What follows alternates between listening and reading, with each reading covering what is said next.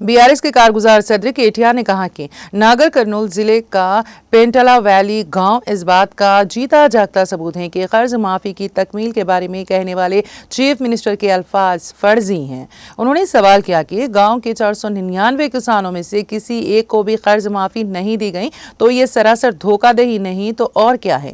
Katia ने मुतालिबा किया कि चीफ मिनिस्टर जिन्होंने दिसंबर तक 15 अगस्त तक की डेडलाइन मुकर्रर की थी, लेकिन उन्हें आज भी कर्ज माफी क्यों नहीं दी गई, इसकी वजाहत करें। उन्होंने कहा कि 1/4% भी माफ किए बगैर 100% कर्ज माफी करने की बातें करने वाले चीफ मिनिस्टर अगर वाकई मुखलिस हैं तो उन्हें चाहिए कि कम से कम अब भी पेंटला वैली गांव के किसानों की मुश्किल को दूर करें। उन्होंने कहा कि नागर कर्नूल जिले के पेंटला वैली सिंगल विंडो में कर्ज लेने वाले 499 किसानों में से किसी को भी कर्ज माफ नहीं किया गया है।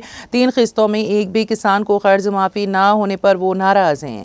याददाश्तें देने और दफ्तर के चक्कर काटने के बावजूद 1 माह तक हुक्काम की तरफ से कोई जवाब नहीं मिला, जिसके नतीजे में किसानों ने पीर को PACS के सामने धरना भी दिया।